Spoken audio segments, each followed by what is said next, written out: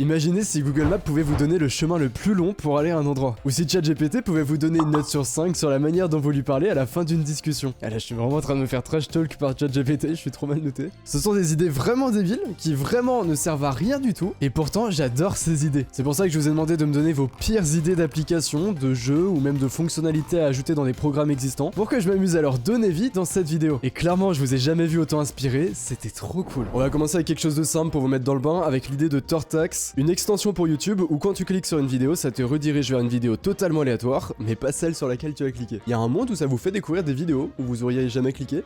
Alors pour faire ça, j'ai fait une extension de navigateur juste là, iWhenWeird. L'extension, elle a accès aux données du site que j'ai ouvert, et donc quand je charge une page YouTube, que ça soit la page d'accueil ou par exemple une vidéo où il y a des vidéos à droite, et bien l'extension va tout simplement lister sur la page toutes les vidéos qui sont présentes. Elle les stocke dans une variable, et ensuite on modifie le comportement du navigateur pour que quand on clique sur une vidéo, on remplace la redirection par défaut pour rediriger sur une vidéo prise au hasard dans notre variable. Je veux regarder une vidéo du palmacho, et bah j'ai pas une vidéo du palmacho.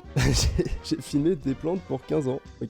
Tiens, cette magnifique vidéo là, cliquons. Ah non, en vrai les gars, genre premier degré, c'est pas pour overreact, mais j'aurais jamais cliqué sur cette vidéo, et je suis quand même satisfait. Je préfère vous prévenir, toutes les idées de cette vidéo sont aussi débiles que ça, mais s'il y a bien un logiciel qui lui est bourré de fonctionnalités intelligentes, c'est ce navigateur. Laissez-moi vous parler de Opera One R2, la nouvelle grosse mise à jour de Opera. Si vous les connaissez pas encore, Opera c'est le navigateur qui va transformer votre façon de naviguer, et cette fois-ci ils sont allés encore plus loin. Déjà parce que visuellement c'est super beau, et on peut tout personnaliser grâce au thème dynamique. Couleurs, son, animation. Perso j'utilise le thème Aurora qui a une version plus sombre et donc agréable quand je bosse la nuit. Un autre truc génial c'est le lecteur multimédia intégré. Peu importe votre plateforme de streaming, vous pouvez lancer une musique et déplacer le player n'importe où, même en dehors du navigateur. Et ça marche aussi pour les vidéos comme je suis en train de le faire. Une autre fonction pratique c'est le split screen. Ça vous permet d'ouvrir sur la même fenêtre deux pages différentes. Par exemple pour écrire un exposé avec une page Wikipédia ouverte. Après j'espère que vous arrêtez pas juste à Wikipédia quand vous faites des recherches. Si c'est le cas, vous connaissez cette sensation quand on a ouvert trop d'onglets. Et bien avec Tab Islands, c'est fini. En deux clics, vous les regroupez automatiquement selon leur contexte. Il faut que je vous parle aussi des traces. Ça va faire en sorte que les onglets que vous avez utilisés le plus récemment vont laisser une petite trace visuelle, et pour avoir testé, ça aide vraiment à s'y retrouver. Une autre force, c'est Aria, leur IA intégrée. Imaginez, vous êtes en session shopping et vous galérez à choisir votre nouvel ordinateur. Vous pouvez ouvrir la barre de recherche Aria sans quitter votre page et lui demander de l'aide en utilisant votre page comme contexte. Aria, elle est aussi dans la sidebar, par exemple pour vous aider à analyser des images ou même en générer. J'oublie évidemment plein d'autres outils que vous pourrez découvrir par vous-même, mais le meilleur dans tout ça, c'est que c'est complètement gratuit. Donc n'hésitez pas, testez-le avec mon lien dans la description et vous pourrez vite voir à quel point ça peut changer votre productivité.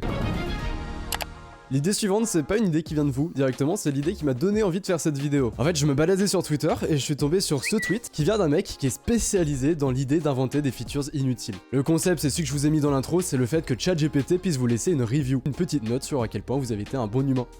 Pour faire ça, c'est assez rigolo parce qu'on va pas coder directement, on va d'abord utiliser l'interface de ChatGPT. En fait, si vous allez dans personnaliser ChatGPT, vous pouvez lui donner des instructions personnalisées. C'est un genre de contexte qu'il aura à chaque fois que vous discutez avec lui. Si ça vous intéresse, je vous laisse faire pause. Grosso modo, on lui demande qu'à chaque fois qu'il sent qu'une discussion est terminée, il laisse une review et qui est critique. Et ça, c'est important parce qu'en fait, ChatGPT, il a un peu le syndrome du good guy, c'est-à-dire qu'il va essayer de jamais vous froisser et de toujours être poli. Nous, on veut qu'il y aille, on veut qu'il nous dise des critiques, qu'il nous dise qu'est-ce qu'on peut améliorer. La petite particularité aussi, c'est qu'on lui donne un petit formatage de réponse. Ça donne ça, c'est très moche pour l'instant. Mais en gros, ça nous permet de récupérer les informations très facilement avec du code. Maintenant, on a juste à faire en sorte que notre extension de navigateur va analyser en permanence la page pour chercher des crochets qui contiendraient notes et descriptions. Ensuite, il y a juste à injecter de la mise en forme HTML et CSS dans la page. Ça ressemble à ça. 5 étoiles, c'est pas très drôle, nous on veut de la critique, donc on va essayer de le provoquer un peu pour voir comment il réagit.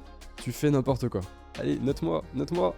Il m'a laissé 3 sur 5. En vrai, 3 sur 5, c'est beaucoup trop bien noté par rapport à ce que j'ai dit. Interaction brève, mais un peu sarcastique, pour être un peu plus constructive. Après, vu tes réponses, normal que je suis bref. Je suis descendu à 2 étoiles, sarcastique et peu constructif, interaction difficile à rendre fluide. T'en es juste pas capable. Je suis descendu à 1 étoile, comportement provocateur et non constructif, aucune collaboration possible. Pas cap de mettre 0. Est-ce qu'il va le faire? Ah, 0. Attitude provocatrice et inutilement conflictuelle. ChatGPT m'a mis 0 sur 5. Un jeu de plateforme en 1D, juste sur la ligne X. Vous connaissez les jeux en 3 dimensions, vous connaissez les jeux en 2 dimensions. Qu'est-ce que ça donnerait un jeu en 1 dimension? Va falloir qu'on arrive à faire un jeu qui est jouable et qui serait juste sur une seule ligne. Bah voilà. On va lancer ça. Et vu que c'est sur une ligne, alors j'ai fait des pixels parce qu'on peut pas trop se permettre de faire de texture. On va grossir tout ça. Heureusement que j'ai une bonne carte graphique. On peut se déplacer que à gauche et à droite. Jusque là c'est plutôt logique. Les blocs noirs que vous voyez c'est des obstacles, donc si j'avance dedans, je meurs. Littéralement je respawn. Mais pour les passer je dois sauter. Alors, on peut pas sauter. Vous voyez ce que je veux dire? Donc on va sauter. En gros, il y a un léger changement de couleur qui indique que je suis en train de sauter, donc je peux passer les obstacles. Et ça marche normalement aussi avec cet ennemi qui m'a tué. Voilà, on a des petits ennemis qu'on peut voilà tuer en sautant dessus. Faut avoir de l'imagination quand on joue à ce jeu, hein, je vous précise. Et en fait, c'est pas si évident que ça parce qu'il faut vraiment le bon timing de saut. Hop, on peut dropper des pièces. En fait, les monstres sont pas évidents. Parce qu'il faut savoir quand est-ce qu'on ressaute. Et du coup, faut se baser sur la transition de couleur qui se fait, qui indique quand est-ce qu'on devrait retomber. Regardez, hop. Ok, jette. Voilà. Vous voyez les tuyaux dans Mario Kart? Voilà, les tuyaux dans mon jeu. Je viens de rentrer dans un tuyau. Ah, on ressort du tuyau. Bref, vous commencez à comprendre le concept. Hein. Si ça vous intéresse, je vous mettrai le jeu sur mon Discord. Ça rajoute un langage dans Google Traduction qui est le langage table d'enchantement. Si vous jouez à Minecraft, vous connaissez sûrement ce langage qui vient des tables d'enchantement. Bon déjà faut savoir que ces formes là c'est pas un alphabet qui a été inventé par Minecraft. Il s'agit de l'alphabet galactique standard qui est utilisé dans plusieurs jeux vidéo comme par exemple Commander Keen ou Quakecraft. Et en fait c'est pas très compliqué, c'est 26 symboles qui se traduisent en 26 caractères latins. Donc pour traduire il y a juste à remplacer chaque symbole par le caractère qui lui correspond. Bon bah du coup le reste est très simple, il y a juste à ajouter une nouvelle langue table d'enchantement Minecraft sur Google. Et ensuite si on écrit quelque chose, ça traduit. Ça c'est Iwan, à deux doigts de renommer ma chaîne comme ça. Est-ce que vous avez toujours rêvé de pouvoir écouter une musique différente selon votre écouteur gauche et votre écouteur droit? Bien sûr que non! Vous avez pas rêvé de ça. Et tout le monde en ferait un cauchemar. Eh bien j'ai codé une application qui va vous permettre de faire ça. Le truc avec des écouteurs, c'est qu'on peut pas se connecter individuellement à chaque écouteur. Ça serait trop simple. Mais un truc qu'on peut faire, c'est de jouer avec le son 360. Parce que grâce à ça, on peut jouer un son autour de vous, en fonction de l'intensité où on va le mettre dans l'oreillette droite ou l'oreillette gauche. Eh bien la petite astuce, c'est que je vais prendre deux musiques, et je vais faire en sorte qu'une musique soit jouée tout à gauche, et une autre musique soit jouée tout à droite. Si vous avez des écouteurs ou un casque, vous allez pouvoir vivre l'expérience avec moi, sinon désolé, ça va être 5 secondes, un peu de cacophonie. On va sélectionner notre première musique à gauche, et notre deuxième musique à droite. Et on va cliquer sur play. C'est perturbant. Non, en vrai, c'est grave perturbant. Y'a pas un délire à faire des soirées comme ça? Non, non, bah non, non, en vrai, ça serait trop bizarre.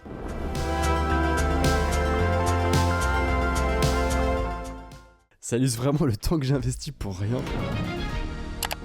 Un décorrecteur orthographique, un éditeur de texte qui souligne les mots correctement orthographiés. T'as Valmont Techno, tu t'es déter, t'as mis dans le nom du post des caractères avec des petites vagues en dessous pour illustrer ton idée, mais t'es un génie. Alors pour faire ça c'est très simple, il faut d'abord qu'on ait une liste de tous les mots français correctement orthographiés, pour pouvoir les identifier. Il y a des mecs qui font des repos GitHub qui contiennent ça. Voilà. On a un fichier tableur Dictionary qui contient 404 000 lignes. C'est vrai que quand on prend en compte les conjugaisons, les S, les trucs comme ça, mais ça fait tellement de mots au final. Ensuite on crée un petit site où on va mettre un éditeur de texte, et à chaque fois qu'on écrit et qu'on fait espace, on va vérifier si les mots précédents correspondent à une des lignes de ce fichier. Et du coup on va mettre ce mot dans une balise qui va faire en sorte que ça affiche une petite vague en dessous pour indiquer qu'il est bien orthographié du coup. Du coup, si je suis pas trop nul, voilà, on peut écrire ça. Le problème c'est que du coup mon logiciel est pas content, donc on va afficher des fautes. Là, il est content. J'ai envie de m'amuser de copier-coller un extrait Wikipédia pour voir à quel point c'est bien écrit. C'est bien écrit Wikipédia visiblement. Et la petite feature cool en plus, c'est que si jamais vous savez pas comment mal écrire un mot, vous pouvez cliquer dessus. Regardez vidéo, vidéo, demander, hop, demander. C'est voilà. Là du coup on peut s'amuser à cliquer partout pour faire en sorte que le paragraphe Wikipédia est mal orthographié. Ensuite on modifiera la page Wikipédia avec cette nouvelle version. C'est faux, ne faites pas ça s'il vous plaît. La prochaine fonctionnalité, elle est à nouveau sur YouTube. Vous connaissez forcément ce bouton. Il apparaît quand on regarde une pub avant une vidéo, et il permet de la skip, donc c'est par définition un bouton qui peut vous être utile. Et bien imaginez si ce bouton voulait vous troll, genre vous approchez votre souris vers lui pour cliquer dessus, et il part. En plus c'est relativement facile à faire, il y a juste à inspecter l'élément pour se rendre compte que c'est un composant HTML ce petit bouton, donc il est facilement récupérable par une extension. Du coup c'est simple, si la souris s'approche vers lui, je vais prendre d'autres coordonnées XY dans l'écran de la vidéo, et je vais le faire se déplacer jusqu'à là-bas. Voilà, là je suis tombé sur une pub. Je veux la skip, et non, et non. Non, reviens. Vraiment, je fais même pas exprès, c'est premier degré dur. Ok, c'est bon. Si on y va, on peut le faire, mais mon YouTube devient de pire en pire. Détecteur de silence. L'application t'envoie une notification à chaque fois qu'il n'y a aucun bruit autour de toi. Et évidemment une notification bruyante. L'idée est rigolote, on va faire une application qui va écouter en permanence le son qu'il y a autour. Il va falloir définir s'il s'agit de bruit ou de silence. Et ça c'est le petit challenge. Il faut savoir que là si j'active le micro de mon téléphone et que j'écoute, même si je parle pas, il y aura un petit bruit ambiant. Et la quantité de ce bruit peut changer si vous êtes par exemple à un endroit où il y a du vent, un autre endroit où votre PC va peut-être chauffer un peu beaucoup. Et c'est pas pour autant qu'on va considérer ça comme du bruit. L'astuce c'est donc de faire une moyenne de tout ce qu'on entend. Et si jamais on détecte un gros écart bizarre par rapport à la moyenne, on va considérer que c'est un bruit. Et sinon, c'est du silence. Alors, je précise avant, les voix ont été faites par Alexandre. Je vais essayer de me laisser surprendre. Alors, là, il y a du bruit parce que je parle. Je mets le son à fond. Et si j'arrête de parler... Lolo, il y a quelqu'un C'est vrai, c'est... Voilà, là, je parle, on va retester. Dis-moi autre chose, Alexandre. Et on serait lui. Putain, t'imagines en vrai, tu utilises ça et du coup t'es obligé de parler toute ta journée parce que sinon tu te fais trash talk par un mec. Silencieux comme ça là. Broyeur de documents en ligne. Un site où tu peux upload des documents et les broyer en petits morceaux. L'idée c'est de garder leur apparence sur le site, comme ça on peut avoir un truc assez rigolo quand on met plein de documents à la fin. Il nous a fait même un petit schéma d'illustration. Documents en cours de broyage, documents en cours de broyage en lamelles. Et la poubelle avec les anciens documents broyés. Et bien let's go. Bon là les gars, y a pas 36 000 trucs à expliquer, hein. Voici le site. On a notre broyeuse qui est ici, on peut sélectionner un fichier. Prenons par exemple ma miniature. Elle rentre dans la machine et elle est découpée en lamelles. On va tester de mettre plein de trucs, je sais pas ce que c'est, pourquoi j'ai ça. Bon derrière c'est juste un moteur physique qui rajoute de la gravité aux lamelles. C'est quand même satisfaisant, il y a un petit effet bouncy et tout, moi j'aime bien. Maintenant un challenge ça serait de reconstituer des vraies photos à partir de ça. Putain, j'ai mon détecteur de silence qui s'est activé. Putain, ma vie commence à devenir un enfer, mon YouTube et tout. On va désinstaller cette application.